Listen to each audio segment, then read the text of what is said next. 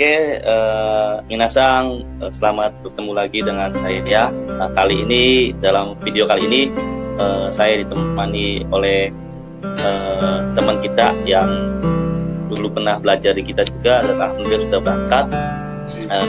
Ya, ini nanti ada Ajisang. Nanti dalam video kali ini nanti Ajisang yang bakal menjelaskan itu dia ini siapa, terus di Jepangnya sebagai apa, gitu. Terus sudah lama. Nanti ada hal-hal yang bakal dijelaskan oleh Ajisang. Oke. Konnichiwa Ajisang. Konnichiwa. Oke. Video hari ini kita bikin di hari Minggu tanggal sebentar kalau nggak salah di tanggal 27 ya, tanggal 27 September 2020. Nah, ini kali ini kita akan sedikit ngobrol nih sama Ajisang yang sudah ada di sini. Oke, Ajisang, tolong untuk awal-awal perkenalkan diri dulu. Ajisang, silakan dozo. Halo minasang, konnichiwa. Nama saya Ahmad Nur Aziz. Saya asal Indramayu. Saya juga dulu pernah belajar di EPK Indra Wijaya. Oke, nah itu teman-teman Ajisang asli dari Indramayu ya, Ajisang. Nah, ya. Betul. Ajisang sekarang di Jepangnya sebagai apa Ajisang kalau boleh tahu? Saya sekarang di Jepang sebagai engineer ya. Alhamdulillah. Nah ya, sebagai engineer nih, wah lumayan nih engineer. Kalau engineer berarti Ajisang lulusan mana nih? Dari lulusan mana? Kalau saya dulu kuliahnya di Politeknik Negeri Indramayu, jurusan teknik mesin. Ya di situ saya ya. Jadi perlu Minasang ketahui bahwa kalau untuk jadi engineer itu pendidikannya minimal D3 teknik gitu ya, Kak Ajisang. Teknik mesin atau teknik sipil atau informatika, pokoknya lebih ke teknik. Jadi buat teman-teman yang lulusan SMA sederajat tuh teknik lah. Betul ya, teknik. Jadi untuk teman-teman yang lulusan SMA sederajat itu belum bisa untuk melamar jadi engineer. Nah, kebetulan Ajisang ini asli dari Indramayu, kemudian dia kuliah juga di Politeknik Negeri Indramayu ya, Ajisang. Betul. Betul ya. Kalau boleh tahu itu lulusan kapan, Ajisang? Saya mah ini ya lulusan baru tahun 2018, saya baru lulus dari Polindra. Jadi masih baru juga saya mah. Wah, keren berarti ya, udah lulus bisa langsung berangkat Jepang. Nih salah satu orang yang memang rezekinya bagus sepertinya ya. Kan banyak ya lulusan yang lama pun belum bisa ke Jepang gitu. Bahkan mungkin teman-teman aja sendiri masih ada beberapa yang sedang proses ya. Betul. Ya, jadi buat teman-teman Ajisang yang nonton video ini ya mungkin harus sedikit semangat lagi gitu ya, karena rezeki memang tidak bisa. Ya, nah tadi ya saya akuni lagi bahwa Ajisang ini di Jepang sebagai engineer, kemudian lulusan dari Politeknik Negeri Indramayu angkatan 2018 ya. Nah, kalau boleh tahu Ajisang di Jepang kerja di perusahaan apa, Ajisang? Saya kalau di Jepang ini perusahaan Nozawa Seibanga Kosei. Itu di daerah Ibaraki perusahaannya. Perusahaannya.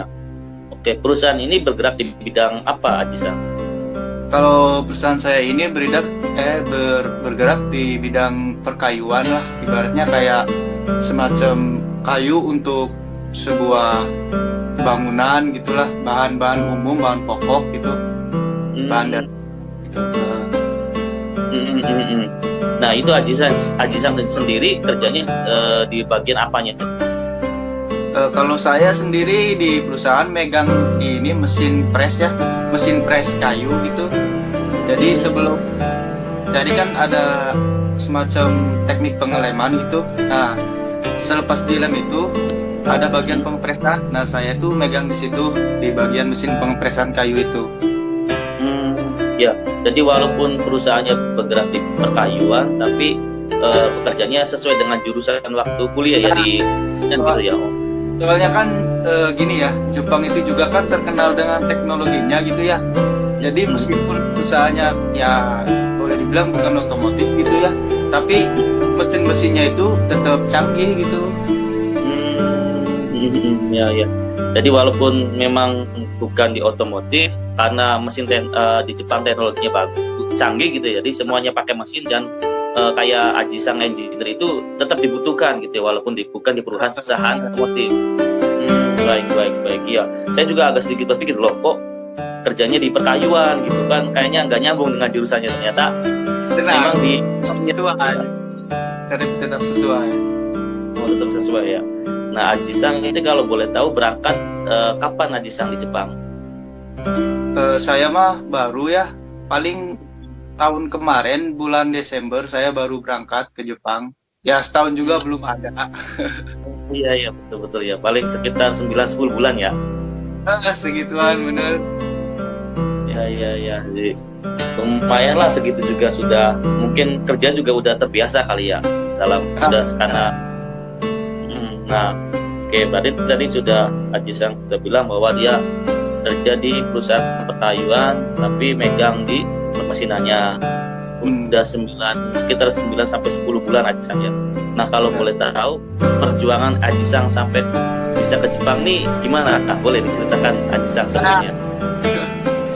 Jadi gini ya, kalau pengen ke Jepang mah ya gitulah, gampang-gampang susah. Kalau buat engineer itu juga kan tergantung jobnya juga. Kalau engineer itu kalau lagi banyak ya gampang, lebih cepet berangkatnya. Terus kalau lagi nggak ada ya gitu, lama juga nunggunya. Terus juga ini proses belajarnya juga sih. Yang paling penting itu belajar bahasanya ini. Jadi buat teman-teman yang mau ke Jepang, bahasa aja dulu deh yang penting mah. Kalau masalah job mah bisa berjalan dengan waktu gitu. Beratnya mah kalau kita udah bahasa yang bagus juga insya Allah. Kalau ada job-job teh, kalau kita ikutan tes-tes gitu jadi lebih gampang gitu. Insya Allah lebih gampang keterima gitulah kalau udah punya basic bahasa yang bagus mah. Ya, jadi itu saran dari Ajisang, karena memang Ajisang merasakan sendiri ya setelah di Jepang itu kalau bahasanya jadi gimana gitu ya Ajisang, untuk bekerja juga pasti terganggu ya. Iya betul.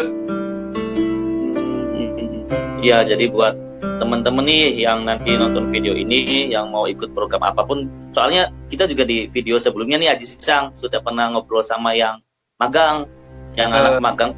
Mereka bilang seperti itu gitu, bahwa memang bahasa itu penting, apalagi nanti yang mau ikut engineer gitu ya Ajisang, karena engineer kan dia di Jepangnya sebagai tenaga ahli ya. Bagi engineer itu penting banget bahasa. Jadi bahasa itu sangat penting. Jadi buat nanti teman-teman yang mau ikut di program engineer, tentunya yang jurusan D3 atau S1 teknik, bahasa itu sangat penting juga gitu ya Ajisang di Jepang ya. Betul. Nomor satu nomor satu bahasa ya, harus benar-benar bahasa. Jadi jangan sampai berpikir udahlah nggak perlu bahasa juga bisa di sana, itu pemikiran yang salah gitu ya Ajisang ya. Salah besar itu. Jadi gini ya, beratnya kalau kita sudah berangkat ke Jepang, yang dulu di Indonesia niatnya saya mah belajarnya di Jepang aja belajar bahasanya, tapi bakal kerasa sendiri kalau pas sudah di Jepang, karena habis kerja gitu kan capek, kadang-kadang langsung tidur. Jadi mau buka buku males, capek, pengen langsung tidur aja. Jadi gitu banyak godaannya kalau udah di sini mah. Jadi kalau menurut saya mah yang belum berangkat maksimalkan lah belajar bahasa gitu. Betul ya, karena kalau sudah ke Jepang itu untuk belajar agak sulit gitu ya Ajisang. Karena kan kita di Jepang itu udah beneran kerja di sana, jadi kadang-kadang kalau ada waktu istirahat tuh untuk buka buku agak berat gitu ya. Pasti istirahat gitu, karena walaupun kita di Jepang itu ya tetap jadi kuli juga sebenarnya sih ya. Bener.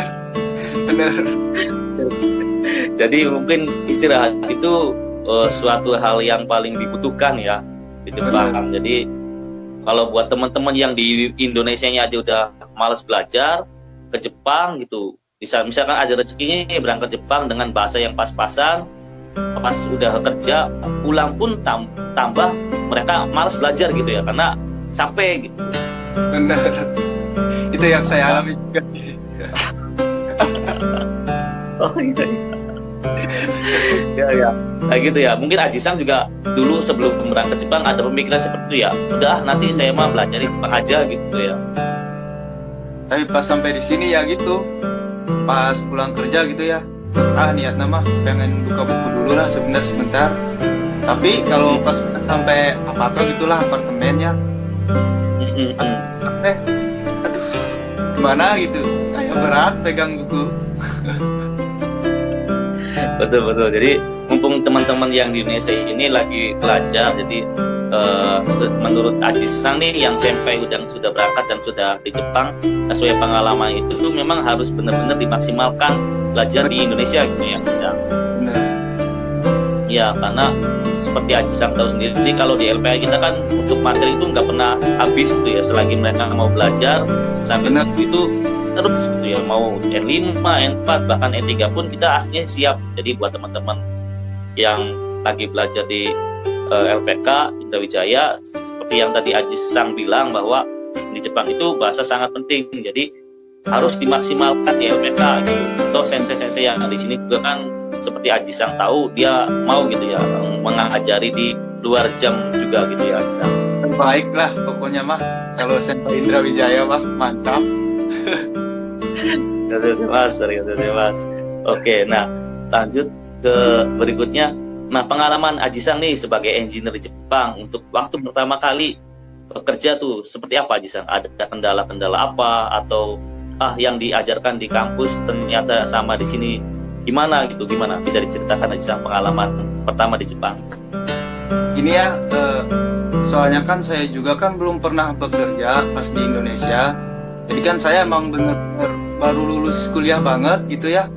Baru lulus kuliah, terus ada denger gitu, ada program ke Jepang buat engineer lulusan kuliah. Nah saya kan nyoba gitu.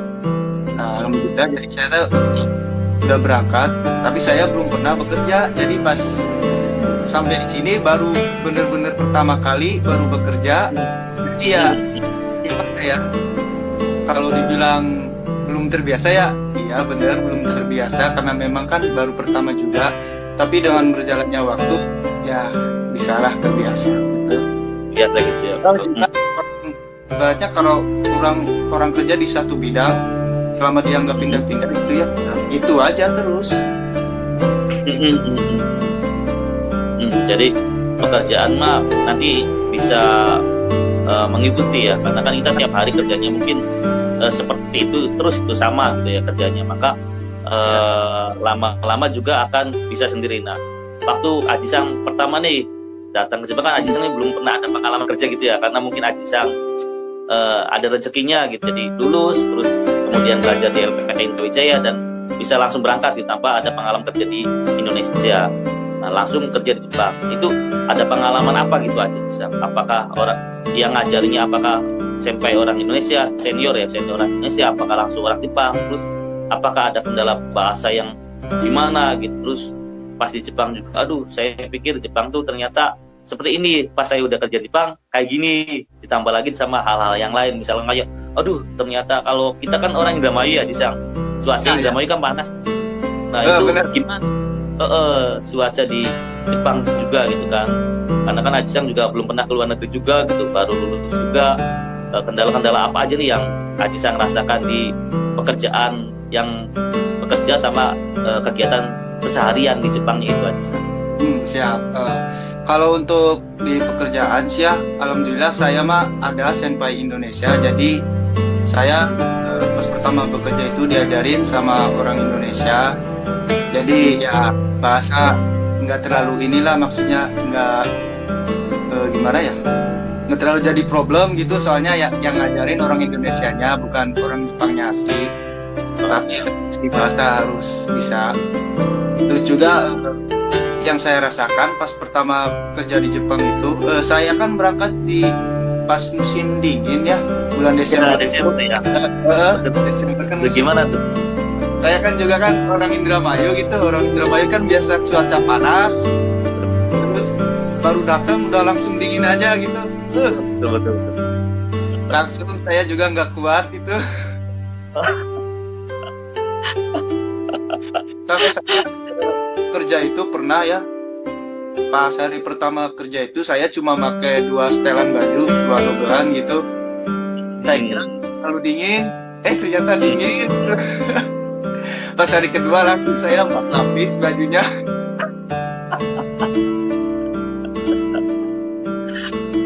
Iya. Walaupun kerjanya di permesinan yang agak panas itu ya, tapi masih tetap terasa banget. Padahal di sini kan di Jepang itu kan ada stobu gitu ya, ibaratnya pemanas gitu kan. Pemanas tangan. Padahal saya juga udah pakai itu, tapi tetap aja masih dingin. Ya soalnya emang cuacanya lagi dingin gitu. Nah, itu ada nggak nih masukan buat Aji-san, buat teman-teman yang kayak kita nih di apa ya, di tempat yang panas gitu, untuk menghadapi musim dingin, misalkan ada peralatan yang tebel atau harus mengkonsumsi sesuatu atau menggunakan sesuatu, itu ada nggak Pak Aji-san pengalaman Aji-san? Buat teman-teman ya, kalau yang belum terbiasa sama musim dingin ya, kita harus persiapin pertama itu baju yang agak tebal lah, minimal kayak jaket itu yang agak tebal juga. Terus kalau bisa mah ini buat bibir ya, jangan lupa pakai apa sih itu bahasanya, lip gloss itu buat biar nggak pecah-pecah. Lip gloss kan? Oh ada iya. Nggak pakai itu lip gloss, dia bibirnya pecah-pecah terus berdarah gitu gara-gara kedinginan. Kering ya bibirnya gitu ya, di kering terus. Betul jadi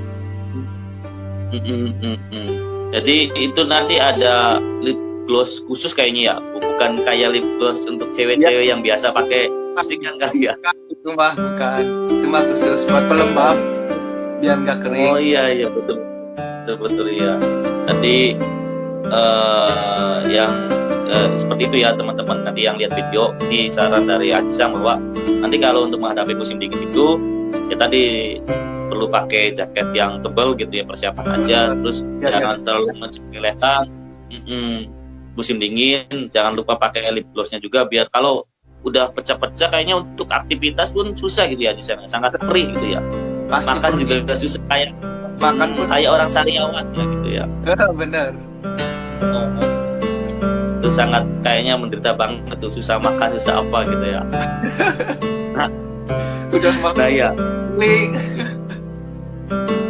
Betul. Nah, ngomongin soal makan nih, Aji-san gimana nih untuk makanan Jepang? Apakah Aji-san langsung terbiasa dengan makanan Jepang, atau pertama tuh gimana tuh untuk makan Jepang? Ini menarik juga nih. Saya kan pas baru pertama ke Jepang ya, saya dijemput sama ibaratnya ya suruhan kayak perusahaan gitu buat ngejemput saya menuju ke perusahaan. Itu saya ditanyain, kamu katanya udah makan belum? Saya kan bilang belum. Nah, saya dibeliin kayak semacam onigiri, makanan cepat saji Jepang gitu, yang isinya ya ikan-ikan mentah gitu ya kalau nggak salah. Saya dikasih itu, saya pertama baru 1 gigit udah saya langsung buang. Soalnya beda banget ini rasanya sama makanan Indonesia, jadi bener-bener jauh sama masakan Indonesia. Kalau di Jepang mah, kalau saya itu nggak doyan pertama mah kalau onigiri ya. Masakan Jepang onigiri itu.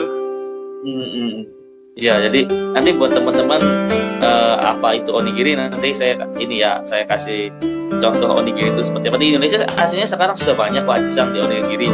Di Indramayu aja nih, di Indramayu dekat LPK ini ada yang penjual onigiri dengan but-but kayak gitu. Jadi ada but kecil gitu kayak gerobak.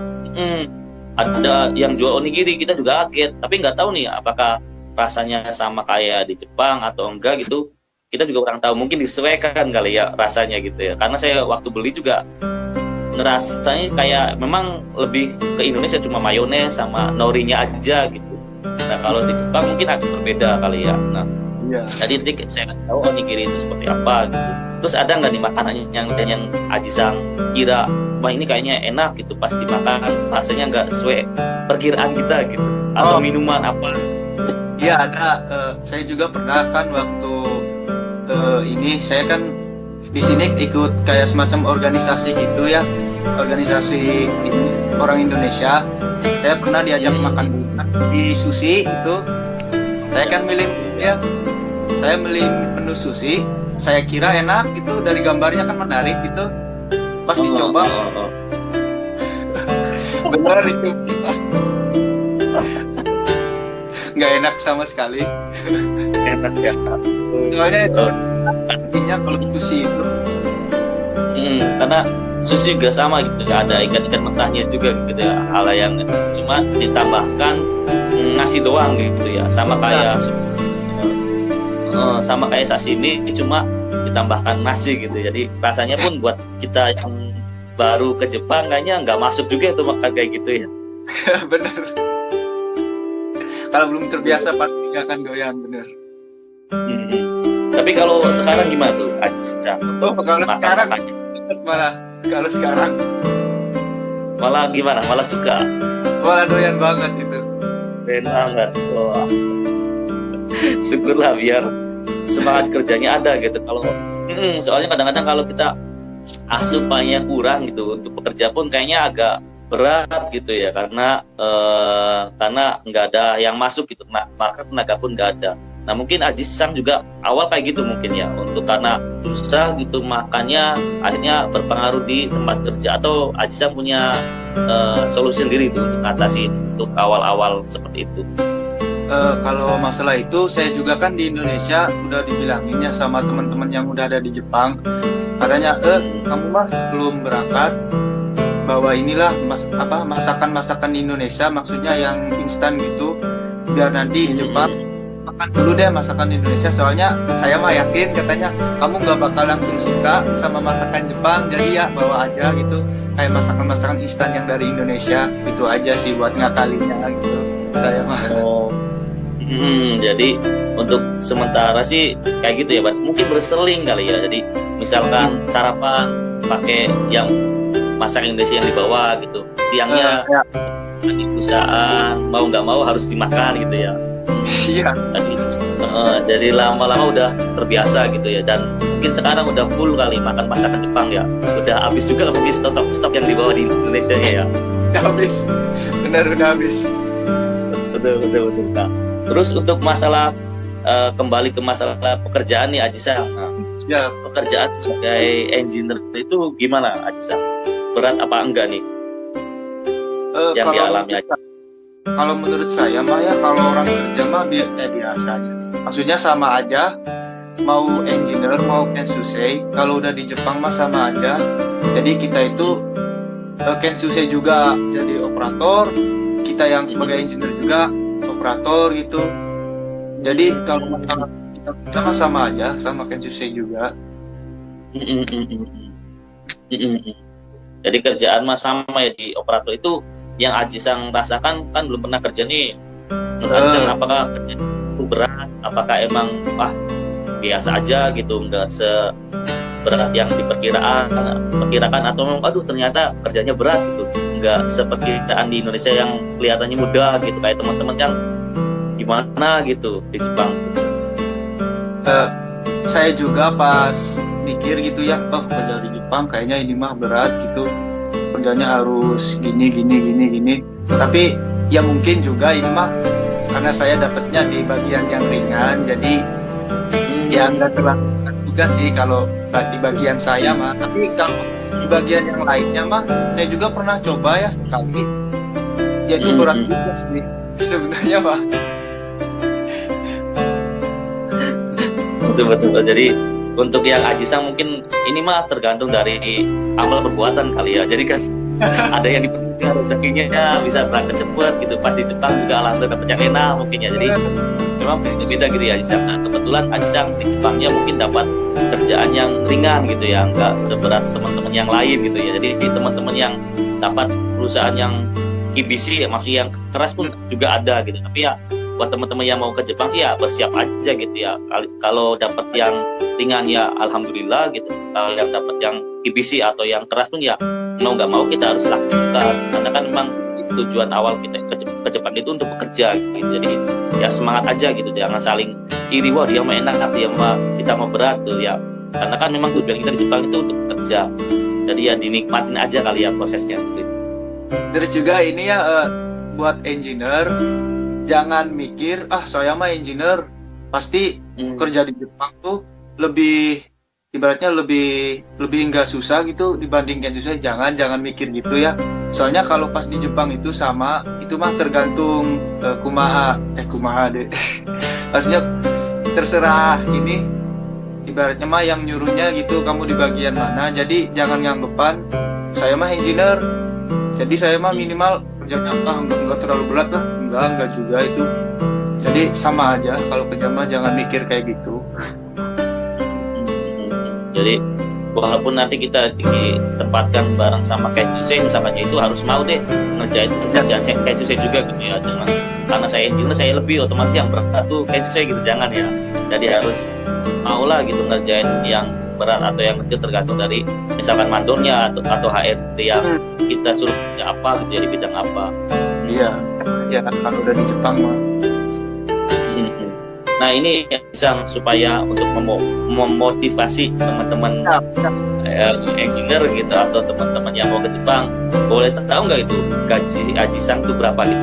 Nggak perlu disebutin itunya secara jelas, tapi perkiraan aja gini mah buat motivasi bahwa mereka nih kita di Jepang memang berat, tapi gajinya itu sesuai gitu, atau bahkan ya besar lah hitungannya.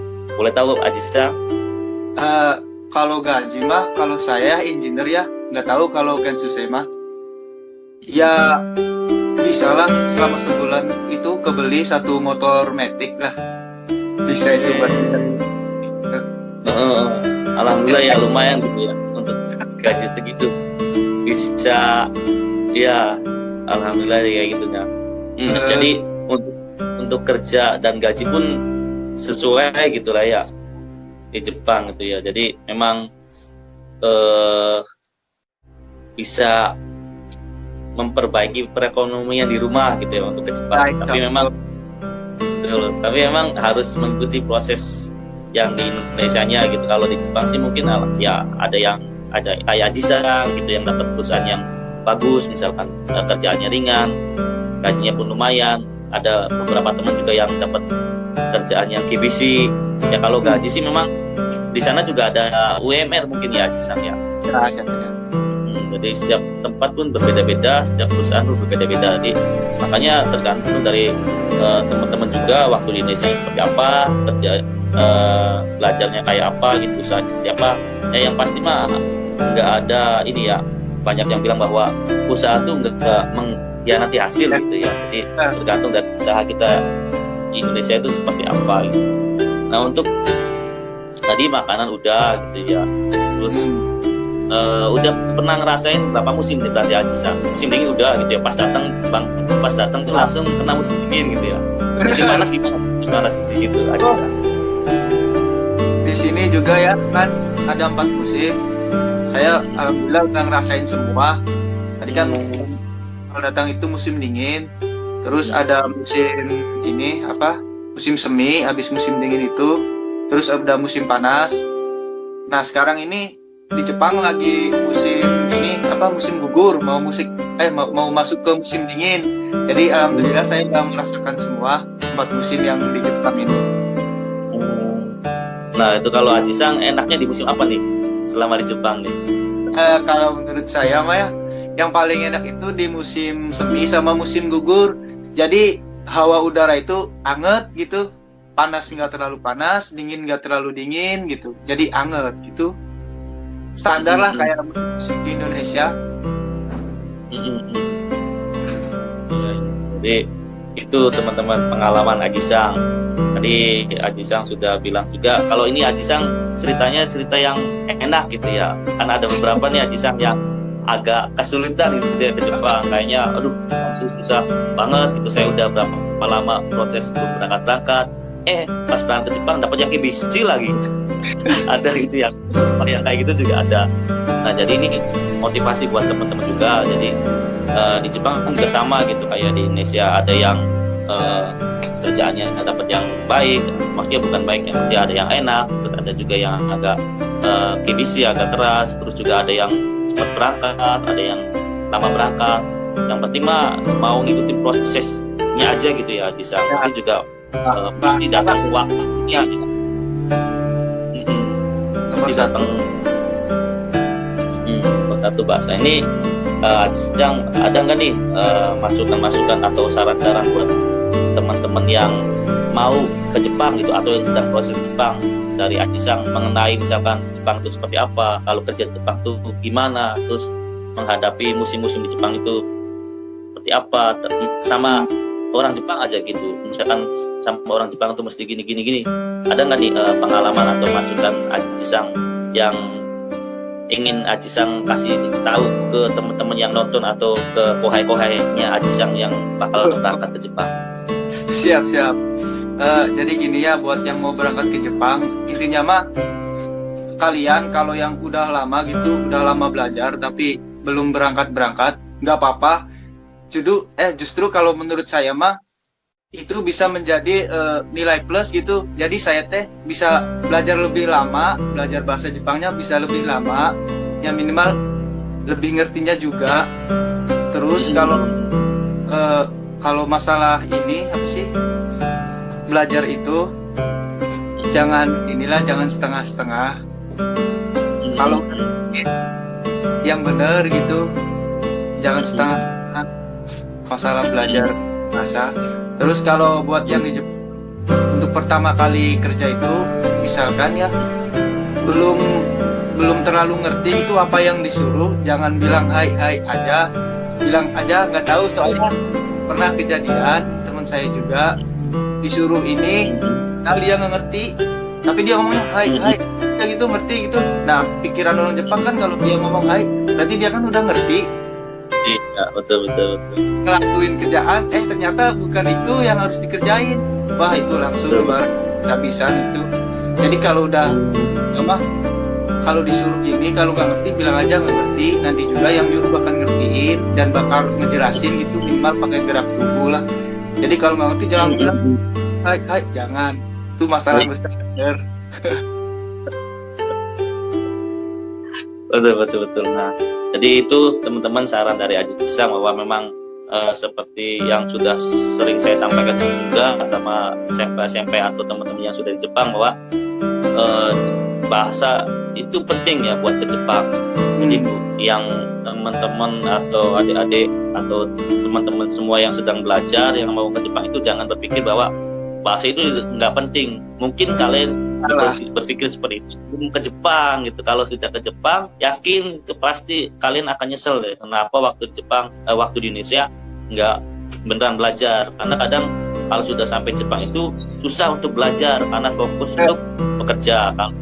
Kalau memang merekanya bisa ngatur waktu, mungkin bisa aja gitu ya untuk belajar. Tapi kalau udah ke Jepang tuh ibaratnya udah siap tempur gitu ya Ajisang ya. Nah di Indonesianya itu di LPK itu masa pembelajarannya gitu, buat belajar untuk persiapan bertempur di Jepangnya kayak gitu. Nah ini Ajisang, kalau engineer tuh Ajisang apakah ada kontraknya Ajisang yang Ajisang tahu selama di Jepang?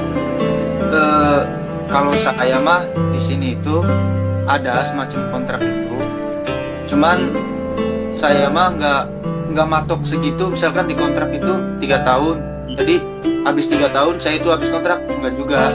Kalau di sini mah terserah gitu. Ini mah buat ya terserah, kalau masih kerja di sini ya nggak apa-apa, lanjut aja. Itu kalau engineer mah di sini. Jadi nggak di kontrak gitu, nggak. Ini mah buat engineer. Oh itu ya. Jadi untuk engineer memang kontraknya tidak terbatas ya. Memang kita dikasih kontrak gitu ya, dikasih kontrak misalkan di kontrak itu tertera segini tahun, gaji segini, tapi walaupun kontraknya udah habis bisa diperpanjang lagi gitu ya Ajisang ya. Bisa. Selama kita masih betah di perusahaan itu, bahkan katanya itu bisa pindah-pindah perusahaan juga gitu ya Ajisang. Bisa, kalau engineer bisa. Kalau kita juga harus sesuai ini ya, sesuai prosedur gitu. Jadi jangan sampai karena kita pindah itu juga membuat kita susah buat kedepannya. Soalnya ngaruh banget itu untuk perpanjang visa. Soalnya kalau masalah pindah-pindah itu, kalau kita ya Allah, kalau kita pindah perusahaan tapi sesuai prosedur, terus kita mau mengajukan visa atau pembaruan visa itu, insya Allah gampang juga migrasi. Beda sama yang main asal kabur aja gitu. Bahkan Iya, iya, itu juga pengetahuan baru buat saya. Nah, buat engineer nih yang barangkali nonton video ini atau buat teman-teman yang pengen daftar engineer, memang engineer pertama kontraknya tidak terbatas itu ya, Ajisa. Kemudian dia juga bisa pindah-pindah perusahaan, tapi seperti yang tadi Ajisa bilang bahwa kalau mau pindah ke perusahaan itu harus sesuai dengan prosedur yang ada gitu ya. Jangan main pindah-pindah aja, soalnya ya nanti berakibat pas perpanjangan visa gitu ya. Bener, sangat ngaruh banget gitu. Jadi gini, di pihak imigrasi juga kan, kalau kita main asal kabur aja, jadi mereka itu kayak nggak percaya gitu, anak ini mah baru juga kerja di sini sebentar udah pindah ke sini, udah mah pindahnya nggak baik-baik gitu, nggak ngajuin kayak semacam surat resign atau apa gitu. Jadi kan si imigrasinya juga mikir 2 kali buat memperpanjang visa kita, itu bahaya juga. Betul. Jadi pihak imigrasi pun sepertinya ogah-ogahan gitu ya perpanjang visa kita, karena dia juga di perilaku di perusahaan atau perilaku di Jepangnya pun kurang baik. Bahkan kemungkinan kalau dia fatal banget, kayaknya visanya bisa aja gitu ya nggak diperpanjang lagi ya.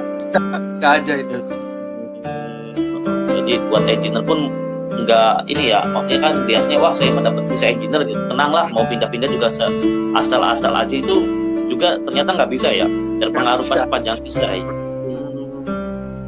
Betul.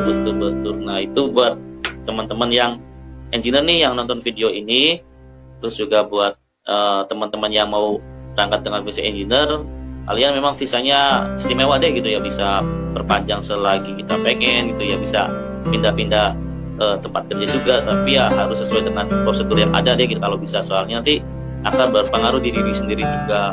Nah buat engineer katanya bisa bawa keluarga juga, bisa apa betul di situ bisa bawa aja? Bisa. Kalau engineer di sini ya ibaratnya engineer itu visa yang sangat spesial gitulah buat orang Indonesia mah. Jadi kita itu engineer di sini kalau udah lama ya minimal setahun 2 tahun lah, kita misalkan punya istri atau punya anak pengen dibawa ke sini gitu, itu bisa, kita tinggal ngajuin ya minimal sama perusahaan dulu. Nanti kalau yang ada yang mau ngurusin pasti bakal diurusin sama perusahaannya. Tapi kalau nggak bisa juga, kita bisa pakai kayak pengacara gitu buat di imigrasi nanti.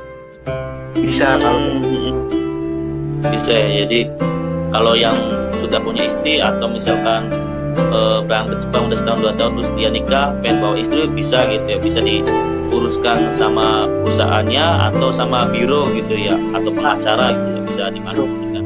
Nah itu yang bisa dibawa itu apakah istri, apakah orang tua, atau apa tuh Ajisa?